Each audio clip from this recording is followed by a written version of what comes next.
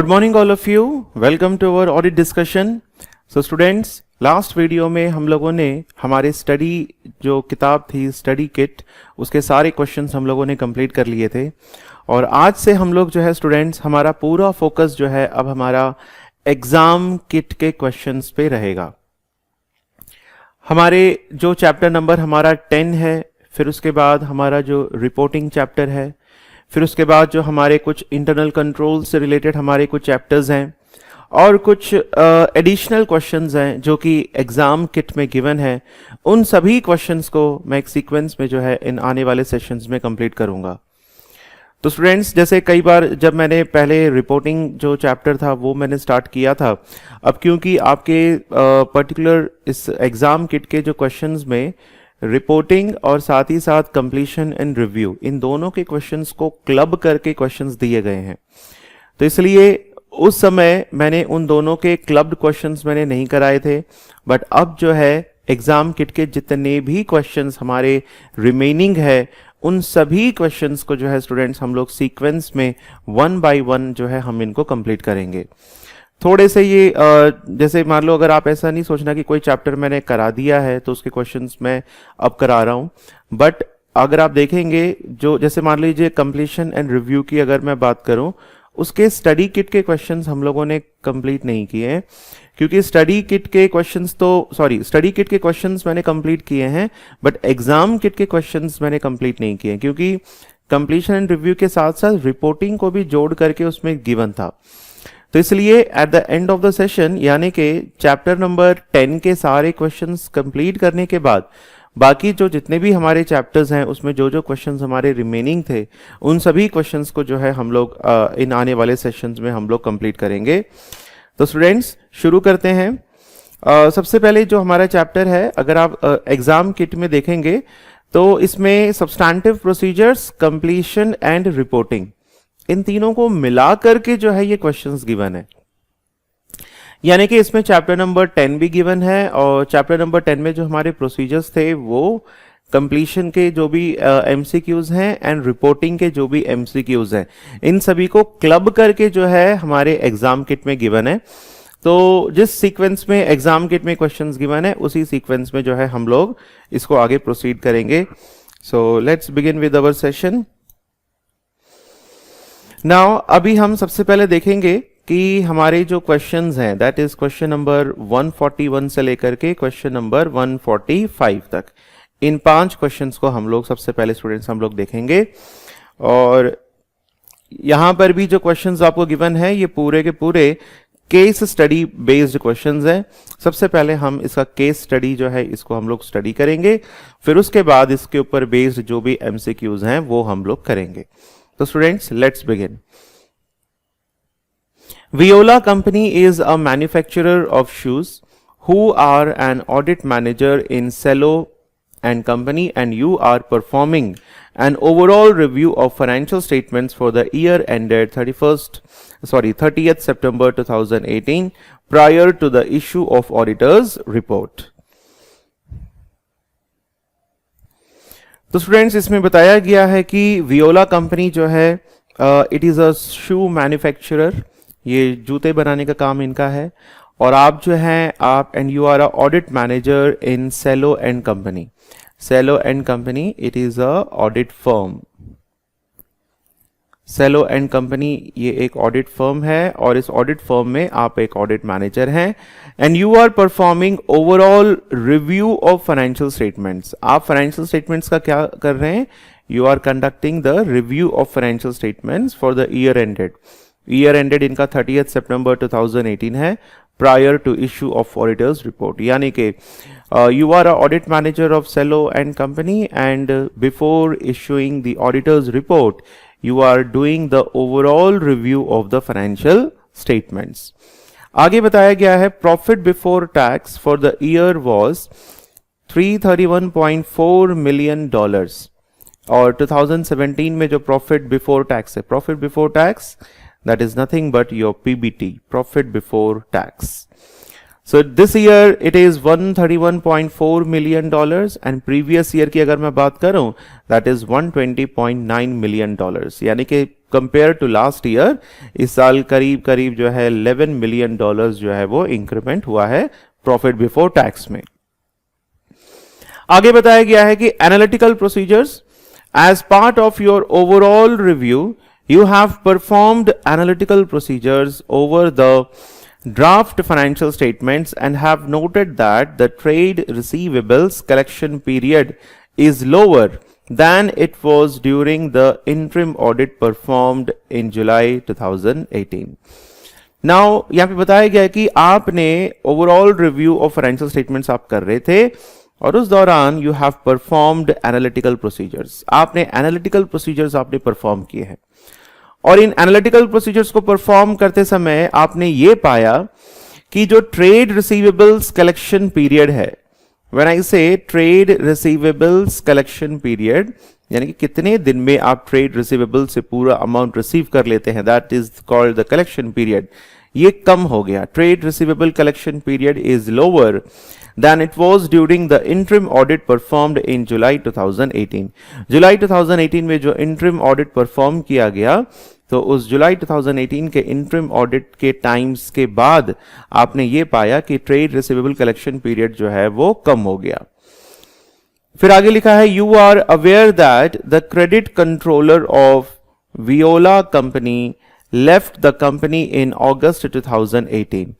Now Viola company का जो credit controller है उसने वियोला कंपनी को अगस्त 2018 में रिजाइन कर दिया, यानी कि छोड़ दिया। तो जब इस टाइप की न्यूज़ आपके सामने आती है तो स्टूडेंट्स दिमाग में यही आता है कि अगर क्रेडिट कंट्रोलर ही नहीं है तो फिर जो अमाउंट कलेक्शन है from trade receivables, that definitely वो अमाउंट का कलेक्शन जो है वो कम होगा। And that the directors have said that as a result the company is experiencing difficulties in debt collection. ये साथ में बताई दिया इन्होंने कि डायरेक्टर्स ने ये बात साफ साफ कह दी है कि वियोला कंपनी के जो क्रेडिट कंट्रोलर हैं इनके रिजाइन करने के बाद जो है डेट कलेक्शन में काफी ज्यादा डिफिकल्टीज जो है कंपनी को होने लगी। तो ये तो हमने बात कर ली एनालिटिकल प्रोसीजर्स की, अब हम बात करते हैं डिस्क्लोजर्स की।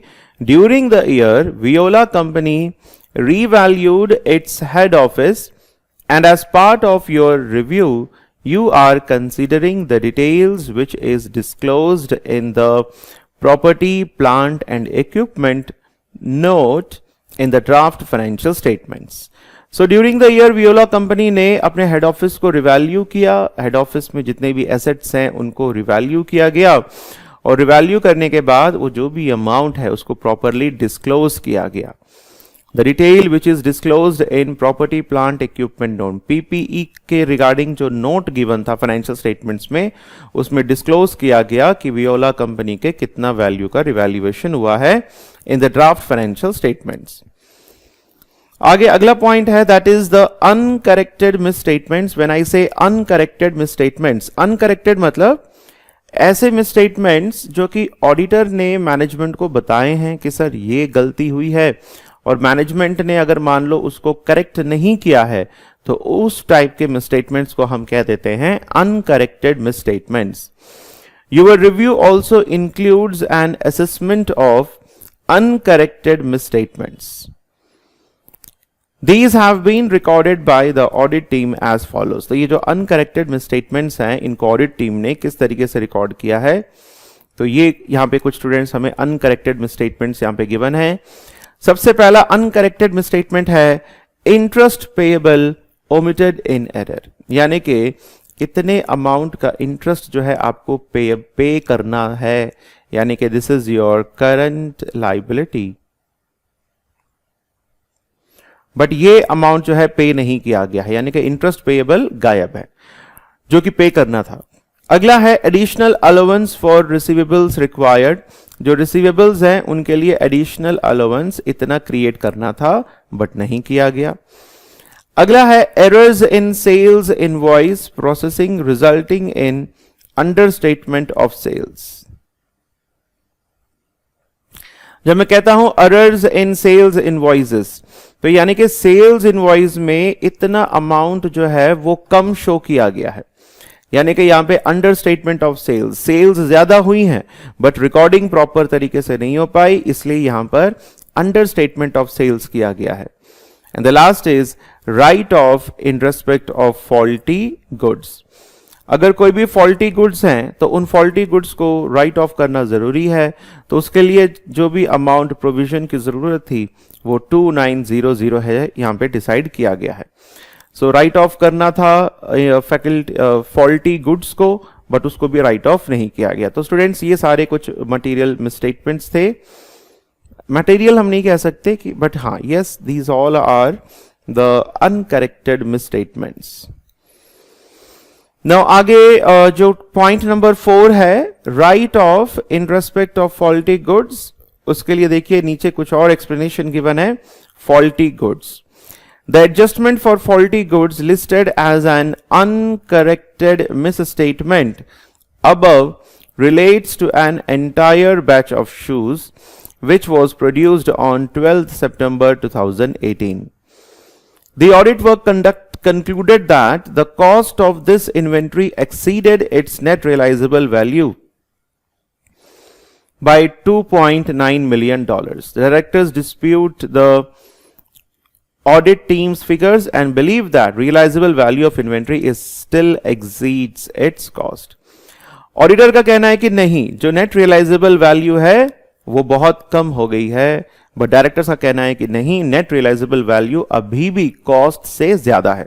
तो स्टूडेंट्स, ये जो फॉल्टी गुड्स से रिलेटेड जो एडजस्टमेंट बताए गए हैं, ये पूरे बैच ऑफ शूज के लिए बताया गया है कि जो कि 12 सितंबर 2018 को प्रोड्यूस किया गया था. और ऑडिट वर्क का ये कहना है कि भाई यहां पर जो नेट रियलाइजेबल वैल्यू है वो $9.2 मिलियन जो है कम हो चुका है कॉस्ट से. मतलब कॉस्ट जो है वो एक्सीड कर चुका है. Cost of this inventory exceeded its net realisable value by 2.9 million. फिर इसमें बताया गया कि directors dispute the audit team's figures, but director जो है वो ऑडिट टीम के फिगर से बिल्कुल भी सहमत नहीं है.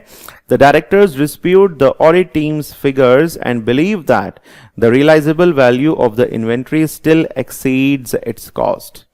कि इन्वेंट्री की जो रियलाइजेबल वैल्यू है वो अभी भी कॉस्ट से एक्सीड करती है.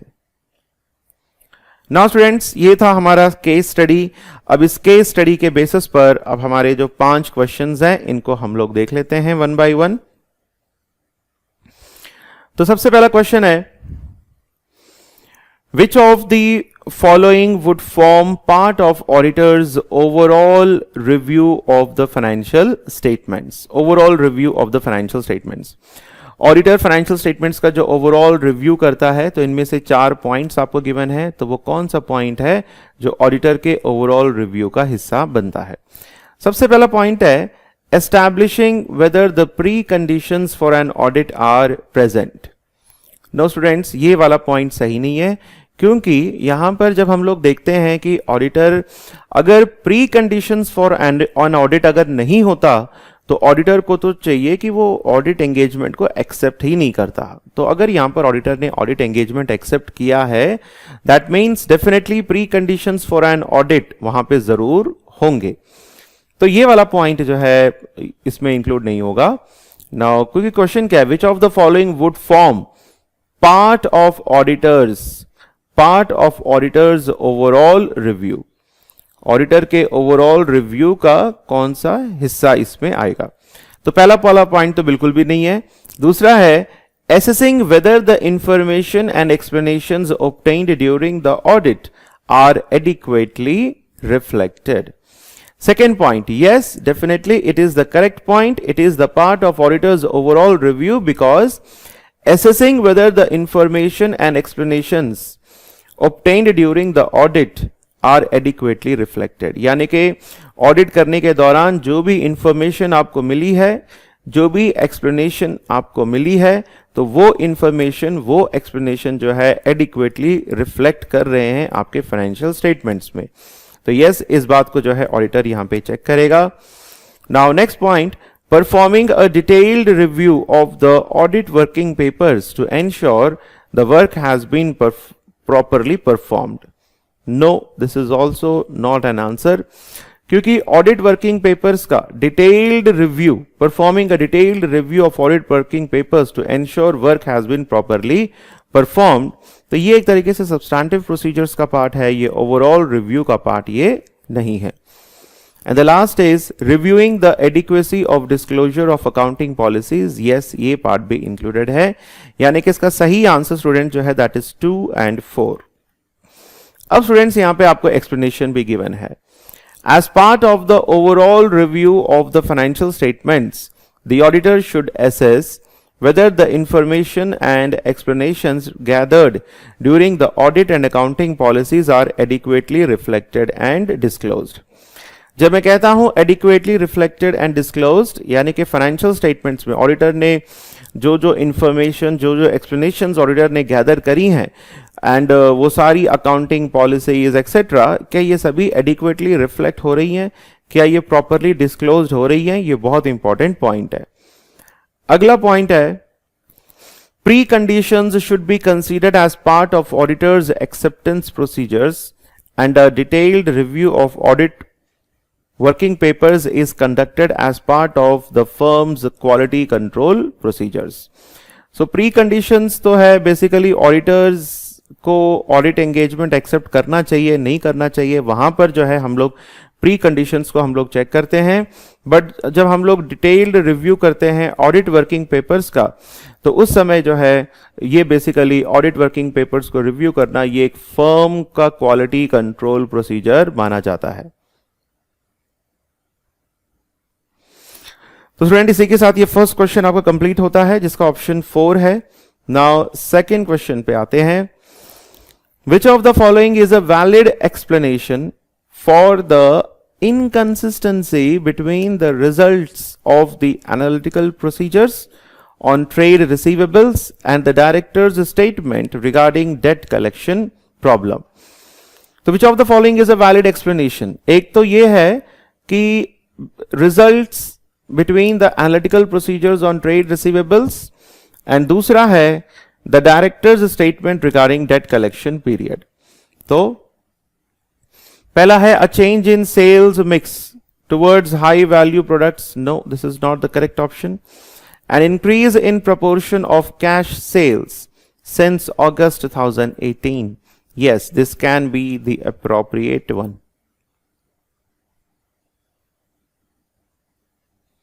So an increase in proportion of cash sales कि अगस्त 2018 यानी कि इंटरिम ऑडिट के बाद कैश सेल्स इतना ज्यादा बढ़ गया कि क्रेडिट सेल्स कम होने लग गए, और जब क्रेडिट सेल्स कम हुए तो डेफिनेटली उनका डेट कलेक्शन जो पीरियड है वो भी कम हो गया. So B is your answer. C है an increase in the rate of sales tax. No, sales tax के बढ़ने से इसके ऊपर कोई असर नहीं पड़ेगा.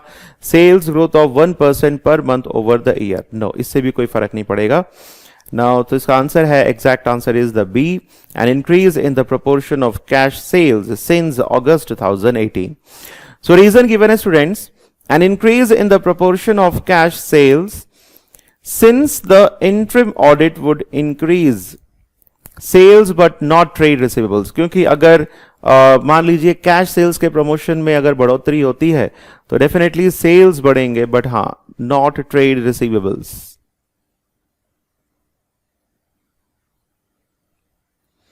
Resulting in decreasing trade receivables and debt collection period. So इसका आंसर स्टूडेंट्स B है, that is 2. Now next question is question number 3. Which of the following details should be disclosed in respect of revaluation of the head office if the auditor is to conclude that disclosures are adequate? So revaluation के regarding क्या क्या यहाँ पे disclosures होने चाहिए. So the first one is effective date of revaluation, कि किस तारीख को रिवैल्यूएशन होगा. Now the second one is the name of the valuer, but this is not that important. अगला है the amount of revaluation increase, कितने amount से revaluation increase हुआ है. Carrying amount of head office under the cost model, carrying amount कितना होना चाहिए, ठीक है ना, ये भी जो है हम लोग डिसाइड कर सकते हैं इसमें. The carrying amount of the head office under the cost model. तो स्टूडेंट्स इसका आंसर है, जो सही answer that is the B1, यानी कि options 1, 3 and 4 are the correct options. इसका एक्सप्लेनेशन भी देख लेते हैं। The effective date of the revaluation, the amount of revaluation increase and the carrying amount of head office under the cost model are disclosures required by IAS 16, property, plant and equipment.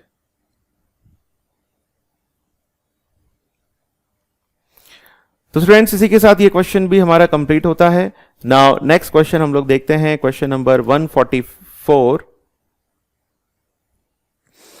Which of the uncorrected misstatements, जैसे यहाँ पे number given आपको given है 1, 2, 3 by the audit team must be adjusted for if the auditor is to issue an unmodified audit opinion। तो यहाँ पर basically miss statements आपको given है। कुल मिलाकर के अगर आप देखेंगे क्वेश्चन में ये 5 मिस स्टेटमेंट्स है। Sorry, there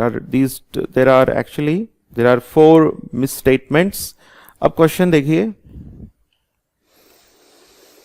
which of the uncorrected misstatements numbered 1, 2, 3 by the audit team must be adjusted for if the auditor is to issue unmodified audit opinion। अगर ऑडिटर को अनमॉडिफाइड ऑडिट ओपिनियन इशू करना है तो उसको कौन कौन से मिस स्टेटमेंट को जो है कंसीडर करना पड़ेगा, देख लेते हैं एक बार।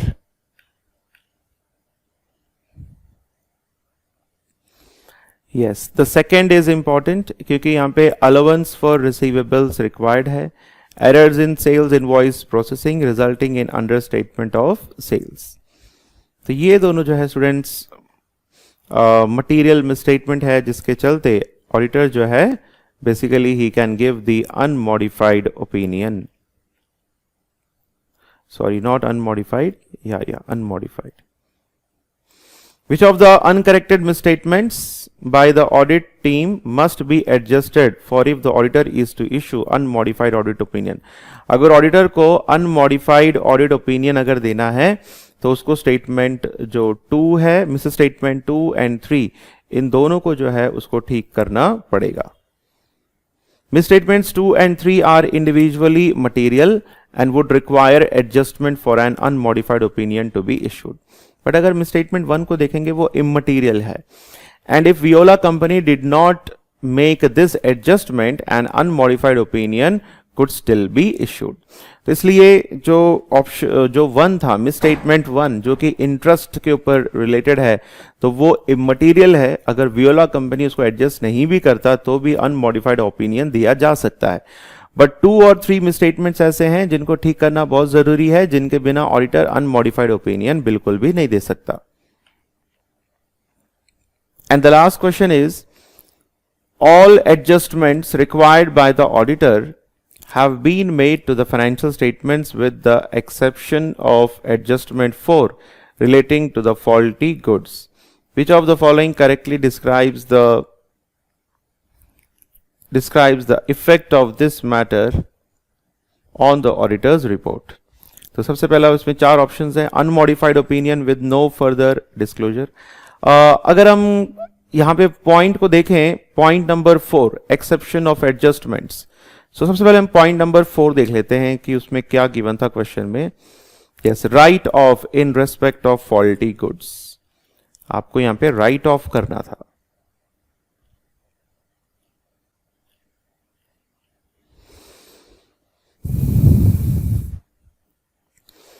Which of the following correctly describes the effect of this matter on the, अब faulty goods का स्टूडेंट्स यहां पर हमें देखना है कि कितना परसेंटेज उसका है। अगर आप इसका एक्सप्लेनेशन देखेंगे, misstatement 4 is immaterial at 2.2% of PBT, क्योंकि misstatement जो है वो 2.2% ऑफ PBT है और ये immaterial है, यानी कि $2.9 million and out of $131.4 million, $2.9 million, it is only 2.2% of PBT and would require further disclosure. Therefore, as all other adjustments have been made, no material misstatement exists and unmodified opinion can be issued. So, question आपका answer हो जाएगा unmodified opinion with no further disclosure. तो students, इसी के साथ ये question जो है हमने कंप्लीट कर लिया है। इसके बाद हम नेक्स्ट क्वेश्चन की तरफ बढ़ते हैं। नेक्स्ट क्वेश्चन स्टूडेंट्स हम लोग नेक्स्ट वीडियो में कंटिन्यू करेंगे। Till then have a nice day.